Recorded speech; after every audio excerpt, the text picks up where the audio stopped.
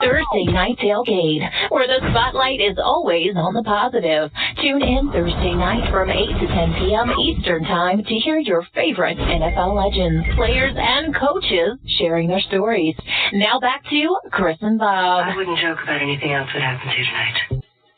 And now back with us here on Thursday Night Tailgate in his regular weekly time slot is former Patriots Pro Bowl running back Tony Collins. Tony, how are you tonight, my friend? Tony.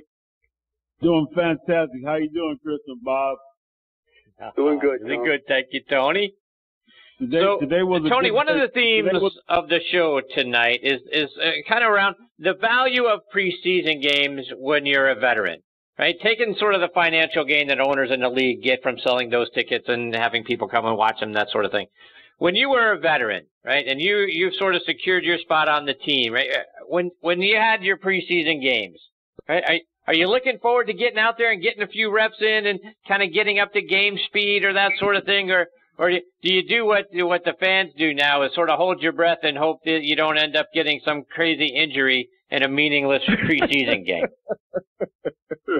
Well, you never hope for an injury, you know. So you can't get out there and run like you're afraid to get hurt. But anyway, as a veteran, you know, that first preseason game, second preseason game, maybe the third or the fourth one, you want to get your timing. You really have your timing down, but I really believe that those preseason games are for the rookies.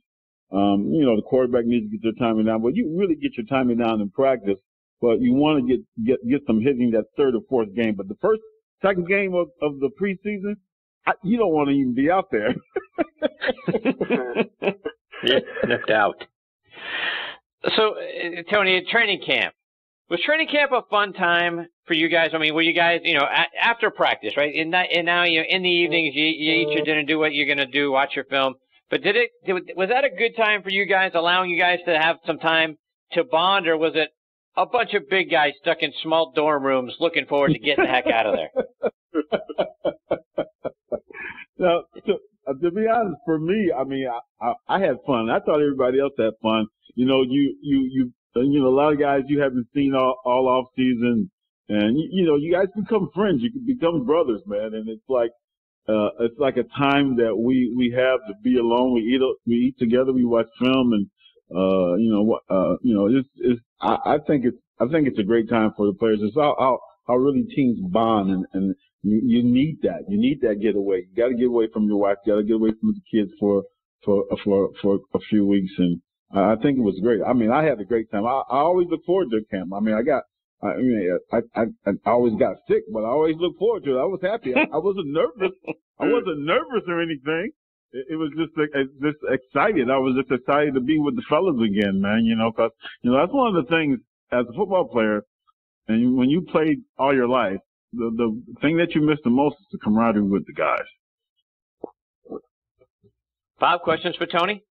And Tony, we've talked about this before, but it's in the news again at the college level, and it's the time of the year with the hydration, Tony, and how hard coaches can push guys and everything. And, you know, there's a happy medium somewhere, Tone, because we know that you're going to play some games throughout the season in a very warm climate, and you have to be acclimated to it. On the flip side, if you're in New England, you're going to play a lot of the games in a cooler area. It's not as important, but you got to be ready for it. And I know in training camp, it gets your weight down, et cetera, Tony. But what do you see in the future, especially at these youth levels? It's almost in the news daily.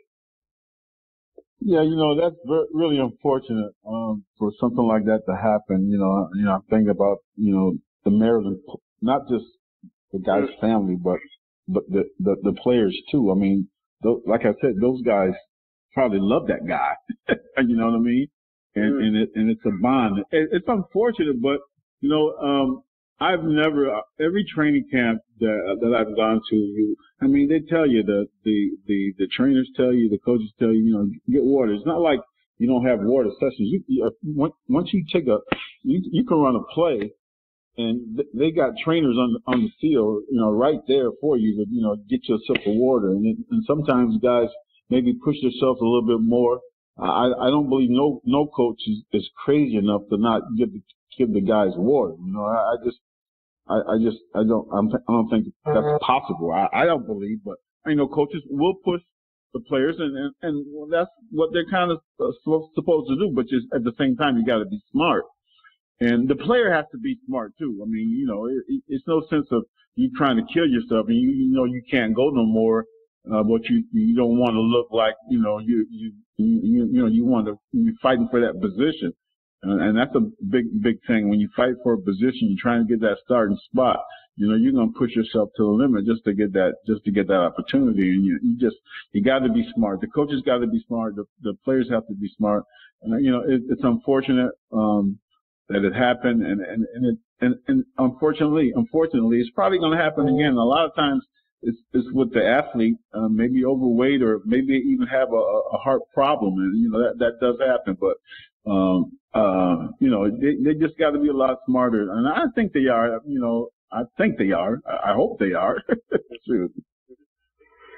I want to bring up one of your former teammates, like I like to do here, Tony. I mean, I'm going to go to the other side of the football tonight, and I was looking at some of the defenses in the 80s, and you play with a guy who played in New England a long time, a guy named Fred Marion, whose name does not come up much, but a 10-year veteran of New England. Tony had 7 interceptions in 85, and he led the league in return yardage, and nobody probably knows who Fred Marion is. Incredible athlete. I remember when Fred came in. Fred came in right after I came in, and he was great on the field, great off the field. But he studied. He knew where he was supposed to be all the time, and we're still friends now. He's living down in Orlando, down in the Orlando area, and he's come to a couple of my golf tournaments as well. Still a friend, man. Just still a good friend and an awesome player. I don't think he made the Pro Bowl. I don't think. I'm not sure if he ever made the Pro Bowl, but he should have been in there, especially that year when he had those 7 interceptions. Yeah. And let the league. He made it that 1 year, Tony. One Pro Bowl that 1 year. He did. Okay, yeah. I thought he did. I thought he did make it. So yeah, Fred was a great guy, man. He still is a great guy. He's just a family man. You never have any problems with him. Yeah. Always where he's supposed to be on and off the field. He's been that guy ever since I met him back in '82. Tony, when as we look ahead to this season and the new rules changes, and I was watching one of the sort of training videos, if you will, for what's a penalty, what's not a penalty, and the league is really going to be cracking down on defenders or really anybody that's lowering their head to make a tackle. Now, at full speed, right, when a guy's coming across the middle and the defender is trying to brace himself, right, for making that tackle, and the running back lowers his shoulder to not get that hit, and then so the defender then tries to lower himself. Now all of a sudden, if they meet and the helmets come, now it's a flag, right? It seems like we could be seeing a season full of yellow flags because guys are lowering themselves, and if you lower yourself, that's a penalty. I'm afraid, Tony, we're going to get to a point in the league, and I get, hey, no one gets it better than Bob and I after talking with you and thousands of your peers, right? That, head trauma and all that stuff is horrible, and we got to get that out of the game. But it almost seems like we're going to start seeing games that are 81-75 because everything is a penalty, and it's always going to be a first down. These defenders have absolutely no chance. Guys are going to get trucked because they can't get lower than the guy coming at them without what it causes penalty. I don't know. What are your thoughts on what we're going to see this season with the new rules?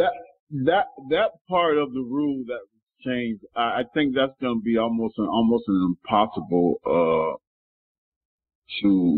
for it to, because you're taught to, as a running back, if I see somebody get ready to tackle me and he's coming to hit me, my instinct and what I'm supposed to do, I mean, I'm not going to stand straight up and let him hit me. So I'm gonna get lower and try, and I'm gonna leave mostly with my head or with my shoulder. I'm mostly trying to leave with my shoulder, but it's something that it's an instinct, and it's going to be very, very hard for those guys to stop, especially when you got a bang play. It's almost impossible when you have a bang play. And I understand what they're trying to do. The spearing, and I see that, and hitting the guy in the head. I see that, but that part of it, man, when you can't lower your head, and you're really not lowering your head. You're just getting low, and it looks like you're lowering your head, but you're not lowering your head. You're getting low, so you can get that push to go into that guy. So it's gonna be tough, man. It's gonna be a whole lot of penalties. I was watching the first game of the season, and they had a couple penalties. And I forget what team it was. And it was like, man, that was like a pretty good hit right there. And they gave him a flag on that. But, yeah, I understand what they're trying to do. And again, I think football's still going to be football. You're going to still, it won't, I don't know, hopefully it won't be too bad, but it'll still be football. It'll still be a sport that I love. I'm going to keep watching it until they start having flags. Until it turns to flag football. Tony, before we let you go, remind our listeners again all the great things you do trying to help kids go to college. Go to my website, TonyCollinsFoundation.org. We can take any help you can give us. We really appreciate it, man. We're helping kids go off to college. Tony, always a pleasure getting to spend some time with you, my friend. We look forward to doing it again next week. In between now and then, all the best to you and your family. Great week, Tom. I got to tell you guys this. I just got another grandson today, so the day was a good day. Oh my goodness! Unbelievable! Congratulations! I know. What's that now? How is that 11? I think it is 11. Yeah. That's an offense right there, Tony. Yeah, right. Yeah, that's an offense. I got an offense. And I got like 5 boys, so 5 boys and 6 girls. So yeah, we're going. It's funny.